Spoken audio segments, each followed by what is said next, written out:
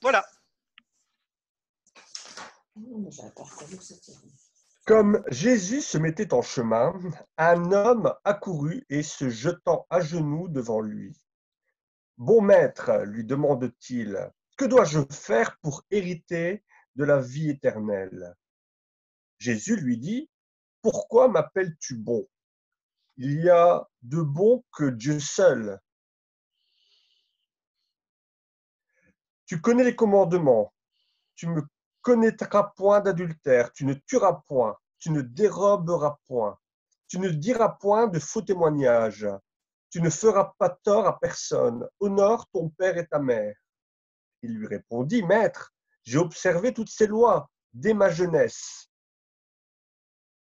Jésus, l'ayant regardé, l'aima et lui dit, « Il te manque une chose, va, vends tout ce que tu as, donne-le aux pauvres, et tu auras un trésor dans le ciel.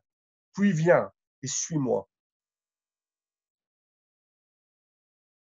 Alors Jésus dit à ses disciples, « Si quelqu'un veut venir après moi, qu'il renonce à lui-même, qu'il se charge de sa croix et qu'il me suive. » Merci. Samy, n'oublie pas d'ouvrir ton micro. Merci. Voilà un petit peu le thème pour ce matin. Jésus, quelqu'un de provoquant. Il est à la fois exigeant et provocateur. Pourtant, quand nous connaissons Jésus, évidemment, nous ne voyons pas quelqu'un de provoquant ou d'exigeant. Exigeant à la rigueur, mais provocateur. Et pourtant, si nous suivons certaines de ses paroles, nous sommes quand même surpris. Il nous dit que nous devons nous charger d'une croix pour le suivre. C'est quand même exigeant et quelque part c'est provoquant parce que la croix, qui la recherche, qui l'aime, franchement. Vous aimeriez cela? Que l'on vous dise, chargez-vous de votre croix? Jésus l'a fait. On ne peut pas devenir chrétien, on ne peut pas croire et refuser la croix. La croix fait partie du programme que Dieu nous propose. On ne peut pas suivre Jésus sans accepter ses exigences. Il faut que nous fassions des choix. Et soyons francs, les exigences de Jésus, elles nous semblent parfois dures, provocantes, déconcertantes et même parfois inhumaines. Ce qu'il nous demande est difficile. Voici quelques exemples. Nous allons vous les mettre sur ce tableau et vous allez voir que, par exemple, Luc 14. Si quelqu'un vient à moi sans me préférer à son père, à sa mère, à sa femme, à ses enfants, à ses frères et à ses sœurs, et même à sa propre vie, il ne peut être mon disciple. Et quiconque ne porte pas sa croix et ne me suit pas ne peut être mon disciple. Je ne sais pas si vous trouvez que c'est facile et si ça ne semble pas quelque part assez inhumain. Dans le fond, pourquoi cette façon de parler? Nous pourrions dire que c'est une façon de parler orientale. On pousse très loin, on gonfle un peu le ballon, on exagère pratiquement dans ce que l'on dit.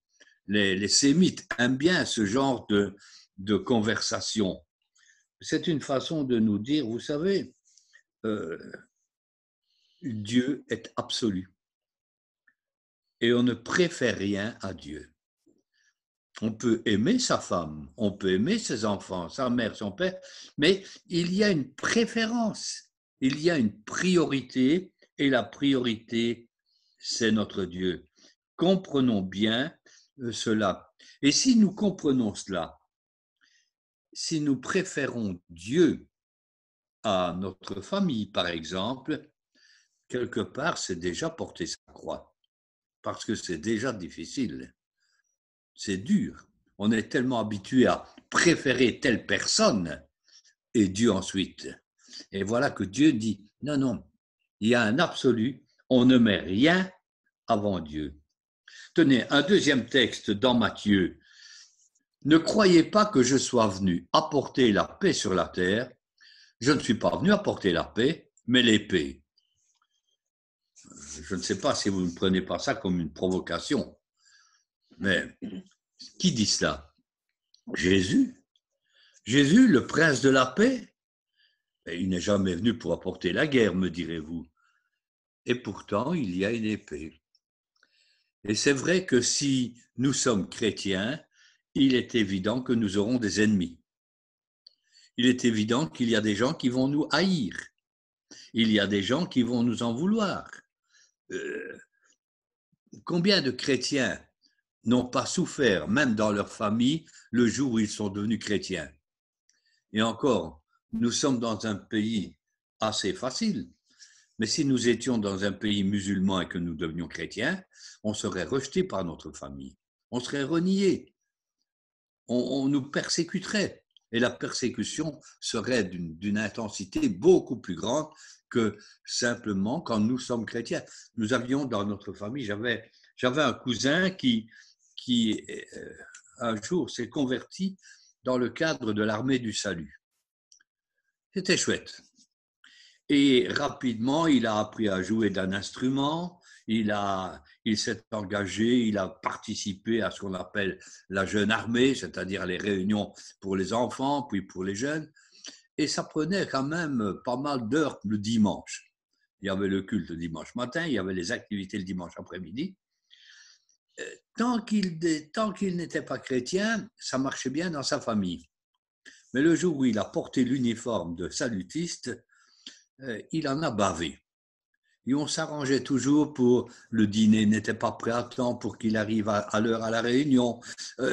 Tiens, on avait oublié de repasser son costume. Au contraire, on avait peut-être fait quelques tâches. Il y avait toujours, vous savez, il y avait toujours ce problème. Et c'est vrai qu'il avait une croix à porter. Un autre texte, si vous le voulez bien. Si ta main ou ton pied sont pour toi une occasion de chute, coupe-le et jette-les loin de toi. Mieux vaut pour toi entrer dans la vie boiteux ou manchot que d'avoir 2 pieds et 2 mains et d'être jeté dans le feu l'Éternel. Et si ton œil est pour toi une occasion de chute, arrache-le, jette-le au loin de toi. Mieux vaut pour toi entrer dans la vie n'ayant qu'un œil que d'avoir 2 yeux et être jeté dans le feu de la géhenne. Si ça n'est pas une provocation, alors dites-moi. Franchement, si notre frère Claude était là ce matin, je dirais il a peut-être plus de chances qu'un autre de rentrer, puisque lui, on lui a déjà coupé une jambe. Est-ce que vous croyez que dans le ciel, il n'y aura que des borgnes et des aveugles? Bien sûr que non. Nous comprenons très bien ce que le Seigneur a dit. Il ne dit pas, sur le plan littéral, coupe-toi la main, arrache ton œil. Mais il nous dit, non, attention, il faut savoir aussi sacrifier jusqu'à son corps, jusqu'à sa vie. Il faut savoir sacrifier parfois du temps, mais aussi ses membres. Et sacrifier, ça nous coûte. C'est aussi porter la croix. Vous voyez, le Seigneur va nous houspiller quelque part en disant, vous croyez que c'est facile? Non. Il y a une croix à porter. Tenez, un dernier texte dans le cas des provocations. Alors Jésus dit à ses disciples, si quelqu'un veut venir après moi, qu'il renonce à lui-même, qu'il se charge de sa croix et qu'il me suive. Car celui qui voudra sauver sa vie la perdra, mais celui qui la perdra à cause de moi la trouvera. C'est une provocation parce que dans le fond, l'Évangile, il nous engage et c'est un engagement qui est dur et nous n'avons pas là à tergiverser. Jésus dit, si quelqu'un veut venir après moi, qu'il renonce à lui-même, qu'il se charge de sa croix et qu'il me suive. Je pense que c'est assez clair, c'est net, ça ne souffre pas de contestation. Et nous le savons, le Seigneur nous le demande. Mais porter sa croix, ce n'est pas évident. Porter sa croix, c'est accepter de souffrir. Porter sa croix, la croix, c'est spécifique au christianisme. Regardez les autres religions, où sont leurs croix. Les chrétiens sont le peuple de la croix. Et notre foi, votre foi, elle est suspendue à la croix. Et votre foi, elle tient debout parce que la croix reste debout. Et la croix, elle est debout parce que Jésus l'a acceptée, parce que Jésus l'a portée et parce que la croix l'a portée. Mais ce qui est formidable, et j'aimerais vous dire cela, la croix n'est pas un porte-cadavre. Jésus est ressuscité. Jésus a vaincu la mort. Nous le savons. Et la croix, elle a toute son importance. Nous ne pouvons pas connaître la résurrection s'il n'y a pas la croix. Jésus a connu la résurrection parce qu'il a connu la croix. Et toute notre vie doit passer par la croix. Et la croix, pour Jésus, c'est un supplice. La croix, pour Jésus, c'était une torture. Nous n'avons pas à monter sur la croix, mais nous avons aussi à porter la croix. Et la croix, c'est une torture aussi pour le croyant. D'abord, elle est une folie. C'est la folie de l'amour de Dieu. Et la croix qui est une folie de l'amour de Dieu, c'est une preuve de souffrance. La croix, elle fait mal. Et la croix nous blesse. La croix nous fait mourir, mais c'est par ce chemin qu'il y a la résurrection. Vous savez, la souffrance de Jésus, nous ne la connaissons que très peu. On est en dessous de la somme de ses souffrances à la croix. Mais Jésus, il est ressuscité. Et pourtant, il a montré, même ressuscité, les marques de sa mort. Voyez mes mains, voyez mon côté. La croix, elle est toujours là. Beaucoup de chrétiens disent, il ne faut pas toujours revenir à la croix. On a une vie nouvelle, on est ressuscité. Mais il faut revenir à la croix parce que ça nous aide aussi à comprendre que nous avons à porter notre croix. Et Jésus nous invite à le suivre et il nous dit, vous avez une croix à porter. Il ne dit pas, il faut porter la croix, mais il faut porter sa croix. Vous avez une croix qui est votre croix. Et cette croix, elle va vous inviter à suivre Jésus sur ce chemin du renoncement. Il a renoncé à tout et il a accepté la croix. Être chrétien et suivre Jésus, c'est aussi accepter de renoncer pour porter la croix. Mais ça nous pose un petit problème. Dans le fond, comment dois-je porter la croix? Est-ce qu'il y a un mode d'emploi?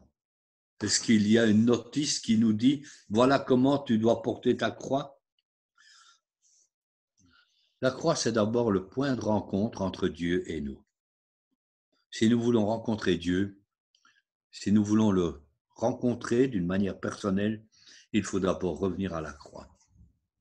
Là, on comprend que Jésus a pris notre péché, qu'il a souffert, qu'il est mort, et je comprends aussi que, quelque part, moi, je dois être sur ce même chemin du renoncement. Et c'est très difficile, parce que nous avons chacun notre croix, parce que chacun nous avons nos souffrances. Alors, renoncer à soi-même, mourir à soi-même, ce n'est pas un message qui est très porteur aujourd'hui. Dans un monde qui veut une libération, qui veut la liberté à tous égards, parler de porter sa croix et de renoncer à soi-même, c'est vraiment pas très encourageant, n'est-ce pas? Mais contrairement à ce qu'on croit, porter sa croix, ce n'est pas se dépersonnaliser. Porter sa croix, au contraire, c'est se désencombrer, c'est se libérer de soi-même. Porter sa croix, c'est trouver une nouvelle structure, c'est découvrir une nouvelle perspective de vie, cette vie de résurrection. c'est de découvrir qu'il y a quelque chose que nous ne connaissions pas avant et qui maintenant est beaucoup plus beau, beaucoup plus grand. On ne se dépersonnalise pas quand on devient chrétien. Au contraire, notre personnalité prend toute sa dimension. Elle devient autre, elle devient plus grande. Alors, ce n'est pas parce que nous allons renoncer qu'on va découvrir qu'on va tout perdre. Tenez.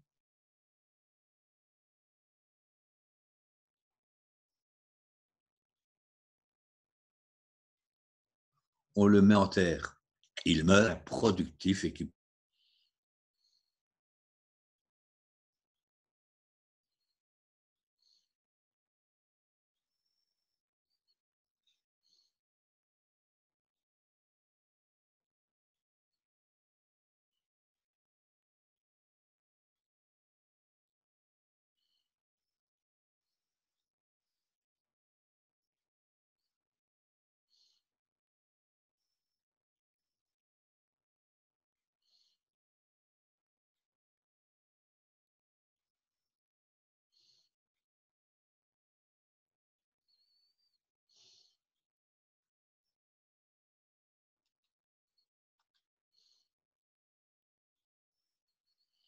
Rouvre ton micro, Samy. Rouvre ton micro. Pourtant, on n'a rien bougé. Vous avez vu même. Il y a eu une coupure. Ah, ça va. Oh. Alors, je disais, renoncer à soi-même, ce n'est pas se résigner. Beaucoup de chrétiens pensent que on ne peut plus faire ceci, on doit se résigner à ça. On a tellement l'impression d'être limité et que Dieu veut nous limiter. Ça, c'est le piège que Satan a laissé aussi à Adam et Ève, n'est-ce pas? Attention, il faut beaucoup plus que cela. Au contraire, on découvre une nouvelle façon de vivre. Prenez un chrétien. Celui-là, son problème, c'est la solitude. Peut-être le célibat. Tiens, cet autre chrétien, ce sont ses problèmes de santé. Un autre, c'est peut-être pour une femme qui sera stérile. Chacun, on a ses croix à porter, on a sa croix à porter. Quand j'étais plus jeune, mon ancien pasteur me disait, monsieur, si tous les chrétiens devaient mettre la croix qu'ils portent, ils devaient la mettre sur la place publique et qu'ils verraient les souffrances et les croix des autres, ils seraient contents en prenant leur croix et disant « Merci Seigneur, je n'ai que cela ». Parce que comparativement à d'autres, il y en a qui ont beaucoup plus que nous. Mais c'est notre croix et c'est celle qui nous fait mal, c'est celle qui nous écartèle, c'est celle qui nous torture. Mais c'est aussi au travers de cette croix, au travers de ces souffrances qu'on va trouver autre chose, un chemin de disponibilité, quelque chose que nous n'avions pas découvert auparavant et que le Seigneur veut nous montrer au travers de cette croix. Je pense à un homme qui m'a impressionné quand j'étais ado, c'était le docteur Albert Schweitzer. Qui n'a pas entendu parler d'Albert Schweitzer? Ce sorcier blanc. Un médecin appelé à un avenir extraordinaire. Un spécialiste de Jean-Sébastien Bach à l'orgue. Il donnait des concerts et il pouvait faire fortune. Un homme qui avait suivi des cours de théologie, il venait d'une famille protestante et qui voulait devenir pasteur. Et qui a décidé un jour de servir Dieu en Afrique. Et il a dit, je me prépare jusqu'à 30 ans. Et à 30 ans, je renonce à moi-même et je pars en Afrique. Il s'est préparé, médecine, études. Et il a tout lâché pour partir au Gabon, où il a vécu et où il est mort à Lambaréné. Il avait renoncé à tout, alors qu'il pouvait devenir un homme adulé, riche, reconnu, un homme de grande valeur. Mais il avait trouvé, au travers de son renoncement, il avait trouvé une raison de vivre, une raison de servir, C'est lui qu'on a surnommé le sorcier blanc, parce qu'il pouvait, dans des conditions terriblement difficiles, opérer des malades, les amener à la guérison. Il a fait un travail formidable. Porter sa croix, oui, c'est trouver un chemin de liberté. Et ce chemin de liberté va nous amener à découvrir peut-être une autre phrase. Jean-Louis Barrault, vous connaissez? C'est un comédien. Il a dit ceci: un homme libre, c'est un homme qui se passionne pour tout, mais qui ne tient à rien. Un homme libre, c'est quelqu'un qui se passionne pour tout, mais qui ne tient à rien. C'est peut-être l'image aussi du chrétien. On se passionne, mais en même temps, on ne tient pas, parce qu'on sait qu'on va lâcher. On ne tient pas parce qu'on sait qu'un jour, on va tout laisser. Et c'est merveilleux de découvrir la liberté. Vous savez, quand nous devenons chrétiens, Dieu va nous pousser tout doucement dans nos derniers retranchements. Il va nous amener à découvrir d'autres choses. Un autre idéal de sainteté, parce qu'on renonce à soi-même et qu'on est sur le chemin de la résurrection. On va découvrir un idéal de liberté. On va découvrir un idéal de vie que nous étions loin de soupçonner auparavant. Je reviens au jeune homme riche. Ce jeune homme qui vient vers Jésus. Vous avez remarqué? Il s'approche de lui et qu'est-ce qu'il lui dit? Bon maître. Et il reconnaît que Dieu est bon, mais il dit aussi il est maître. Nous ne disons pas bon maître, mais nous disons Seigneur. Qu'est-ce que Seigneur sinon le maître? Et nous nous posons des questions. Que dois-je faire pour avoir la vie éternelle? Et quand le Seigneur commence à parler, il va venir avec les choses tout à fait simples, tout à fait naturelles. Tu connais la loi? Oui, la loi, je connais. Bon, alors, c'est quoi la loi? Tu ne tueras pas, tu ne voleras pas, tu ne feras pas ceci, tu ne feras pas cela. Vous connaissez le récit, n'est-ce pas? En d'autres mots, on revient à des choses qui sont tout à fait normales pour que la vie soit vivable. Tu ne tueras pas, tu ne voleras pas, tu ne commettras pas d'adultère, tu respectes ton père et ta mère. Mais tout ça, c'est pour que justement une vie en société devienne normale, vivable. On sait tous les dégâts qu'il y a parce que les hommes tuent, volent, mentent, etc., etc. On connaît les dégâts dans la famille parce qu'on ne respecte plus père et mère. C'est le minimum que Jésus donne. Et ce jeune homme, il est là avec près de Jésus. Bon, Jésus lui dit, bah, tu fais ça, tu vivras. Il y a quand même quelque chose qui manque. Hein. J'ai fait tout ça de ma jeunesse, mais il n'y a pas encore assez. Et c'est là où Jésus va le regarder et l'aimer. Jésus n'est pas venu avec les conditions après.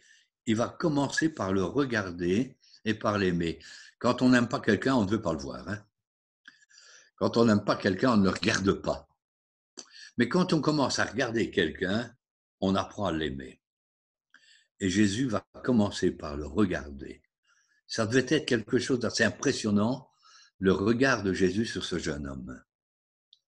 Et puis, il va l'aimer. Mais tout en l'aimant, qu'est-ce qu'il va dire? Il te manque une chose. Ce qui est bizarre, et ça c'est un paradoxe, ce qu'il a en trop, c'est ce qui lui manque. Il te manque une chose, tu es trop riche. Tu as tout, il te manque une chose, c'est la pauvreté. Et là, le Seigneur va le pousser dans ses derniers retranchements. Vous savez, tant que cet homme ne demandait rien, Jésus le laissait tranquille. Mais à partir du moment où il interpelle Jésus et où il va plus loin, Jésus va aller plus loin. Et bien souvent, nous voulons bien sûr que Jésus nous intéresse, qu'il réponde à nos prières, qu'il soit là. Seigneur, c'est formidable, tu fais ceci, tu fais cela. Mais, et puis quand on veut aller plus loin, il va nous pousser dans nos retranchements. Il va nous dire, attention, il y a des choses qui ne vont pas. Prends ta croix. Il y a des choses qu'il faut que tu règles. Il y a les choses de la vie. Et ces choses de la vie qui t'encombrent, qui t'accapare, qui te colle à la peau. Ce jeune homme, c'était son argent. Mais pour nous, ça peut être tout à fait autre chose. Hein. Qu'est-ce qui nous colle à la peau? Qu'est-ce qui nous empêche d'être libres? Qu'est-ce qui nous empêche de suivre le Seigneur? Le travail? Les loisirs? D'autres priorités? Tant de choses qui sont là. Et le Seigneur dit, prends ta croix.